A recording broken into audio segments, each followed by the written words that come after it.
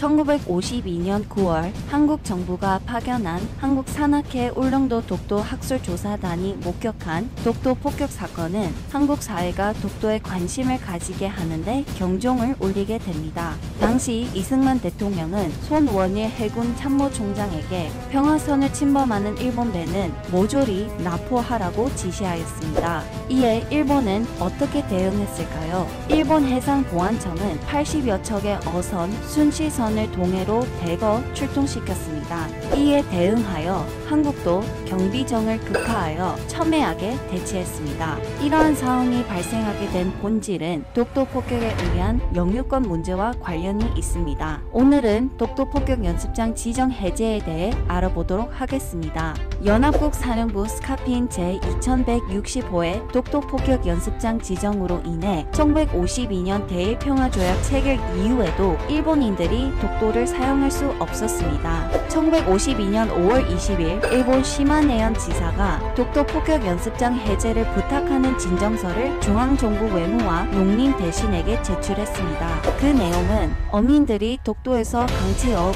전복, 미역 등을 채취하기 위해 대기하고 있습니다. 그런데 독도를 계속해서 주일 미군의 폭격 연습지로 예정하고 있다는 것을 풍문으로 들었습니다. 그래서 시마네현 어민들은 독도를 폭격 연습지로부터 제외시키거나 혹은 그것이 불가능한 경우 강치가 독도에서 회유하는 7개월간만이라도 폭격을 중지하게 해주었으면 한다는 것이었습니다. 과연 일본 측 주장처럼 독도 폭격 훈련 연습장 해제가 시마네현 지사의 요청을 받아들인 결과일까요? 그렇진 않습니다. 1952년 11월 10일 한국 외무부는 부산 주재 미 대사관에 대한민국 영토의 일부인 독도에 폭격을 가하는 불상사가 재발하지 않도록 필요한 조치를 다 해달라고 강력하게 항의하였습니다. 그러자 앨런 라이터 참사관은 유엔군 사령관 클라크 장군에게 이 항의 서한을 보내면서 폭격 중단을 요청하였습니다.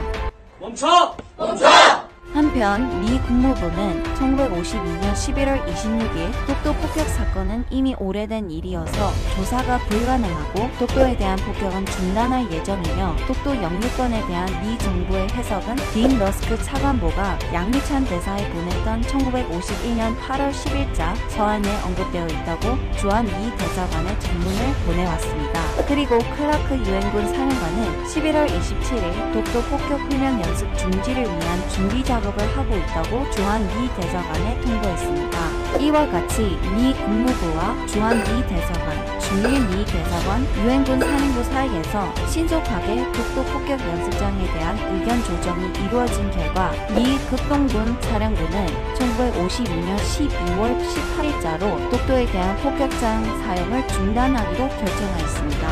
1953년 1월 주한 미 대사관이 이러한 사실을 한국 정부에 알려왔습니다. 따라서 1953년 독도 폭격 훈련 연습장 사용이 중단된 것은 일본 시마네현 어민의 진정을 받아들인 것이 아니라 독도 폭격 연습장 사용 불가라고 하는 한국 정부의 강력한 항의에 따른 것이었습니다. 당시 한국 정부가 주일 미군의 독도 폭격 사건에 대해 공식적으로 이의를 제기하여 직접 미국으로부터 폭격 연습장 사용 중단을 통보받은 사실은 매우 적절한 조치였습니다. 만약 주일 미군이 독도 폭격 연습장을 사용하고 있다는 사실을 한국 정부가 알면서도 장기간 이를 묵인하였다면 자칫 독도가 일본령으로 될 수 있는 근거를 마련해주는 빌미를 줄 수 있었기 때문입니다. 실제로 일본은 미국이 한국 정부에 먼저 독도 폭격 연습을 중단하겠다고 통보한 사실에 대해 크게 당황하였습니다. 1953년 3월 5일 일본은 주일 미 대사관을 찾아가서 왜 일본과 상의 없이 주일 미군 폭격 연습장 사용을 중단하였는가, 게다가 그것을 왜 한국에 먼저 통보했는가 라고 거세게 항의하였고 1953년 11월 중의원 외무위원회에서 가와카미 가니치 국회의원이 이런 사실이 어떻게 한국에 먼저 통보되어야 하는 것인가 라고 한탄하였다고 합니다. 1953년 3월 19일 제45차 미일합동위원회 회의에서 독도를 주일 미군이 사용하는 해상폭격훈련 연습장 명단에서 삭제하도록 결정했고 1953년 5월 14일 일본 외무성이 공지했습니다. 그동안 일본 외무성이 미 공군을 활용해서 독도에 대한 일본 영유권 근거를 강화하기 위한 책략이 한국 정부의 적극적인 항의에 의해 결국 무너지고 말았던 것이지요. 또 한 가지,